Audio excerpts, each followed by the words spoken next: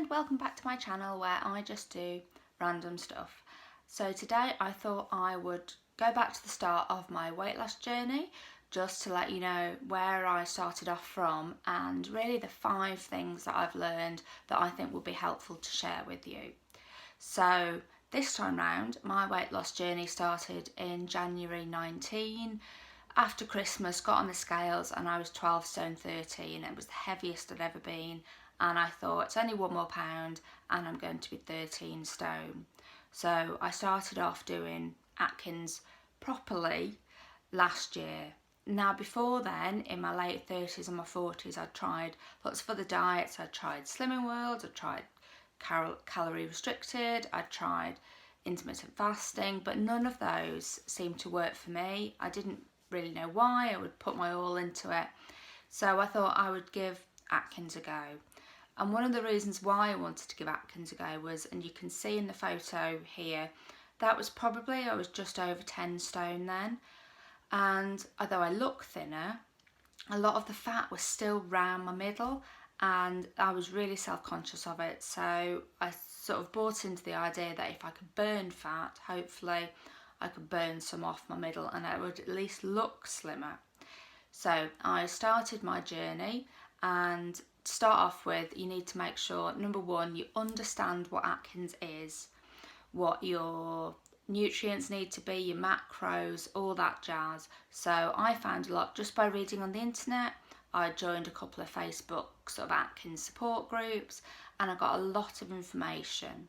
And primarily in your sort of your phase 1, you need to be eating less than 20 grams of carb, 87 grams of fat approximately, and 90 grams of protein, which equates to, in your macros, 5% of carb, 55% of fat and 40% of protein. And it did take a while for me to get my head around that, but what I would find that if I didn't understand it and I didn't do the following steps, then you just end up eating a high carb, high fat diet and you're not going to lose any weight with that. So really understand it, take a bit of time, do some reading. Number 2 is be prepared or prepare to fail. And this goes back to the first point of make sure you understand what food you can eat, what food you definitely can't eat, how you work out how much carb and protein and fat are in the things that you're eating. Think about meals. What I tend to do is plan our meals around what I can eat, and then I'll add in some carb for Ben and Holly so that I'm not having to make 2 different meals, because that just seems like too much faff. So, and also if you're going to go out to eat, think about what you're going to eat before you get there, so you don't open the menu and go, oh, what am I going to eat? I like eating out in Indians and Nando's because I can work out what's basically in the food that I'm eating.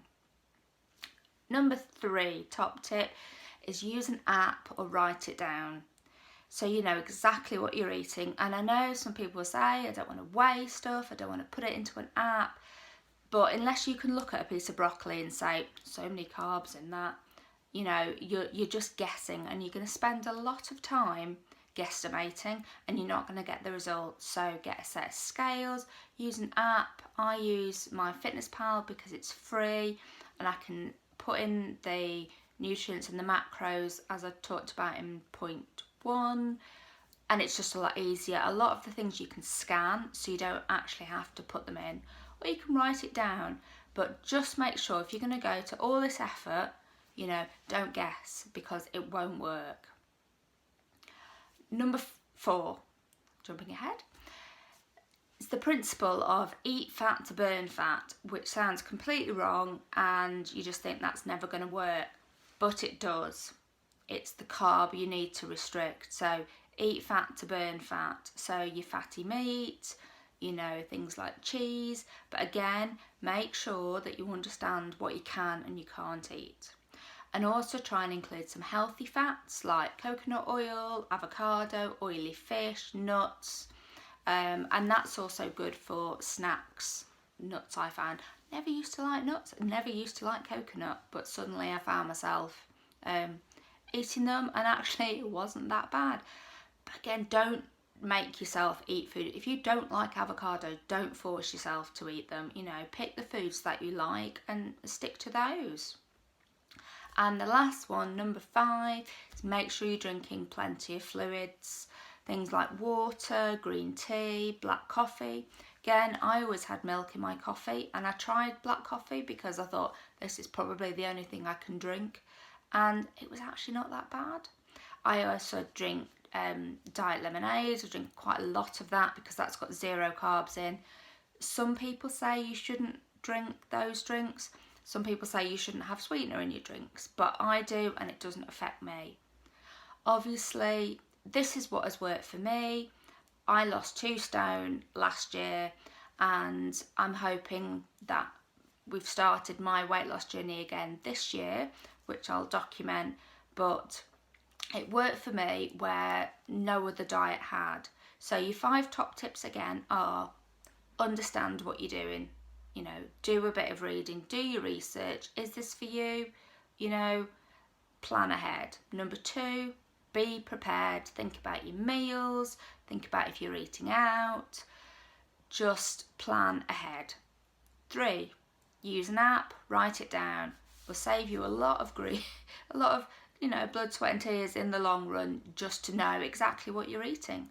And I also find if I get to the end of the day and maybe I haven't had enough fat or enough protein, then I can have a snack or have coffee with coconut oil and butter in to up my fat content. I know that sounds really disgusting, but actually it's not. 4, eat fat to burn fat. Make sure you're not restricting your fats. It's a bit foreign to start off with, you know, that concept, but it does work. And try and get your healthy fats in as well. And the last one, make sure you're drinking plenty of fluids. I hope you found my tips helpful. I look forward to you following me on the rest of my weight loss journey, where I'm also going to talk about, I've sort of this year moved into intermittent fasting, taking apple cider vinegar, and I'll talk about those in my next vlog. So thank you for watching. If you want to see more like this, please like and subscribe, and I'll see you soon.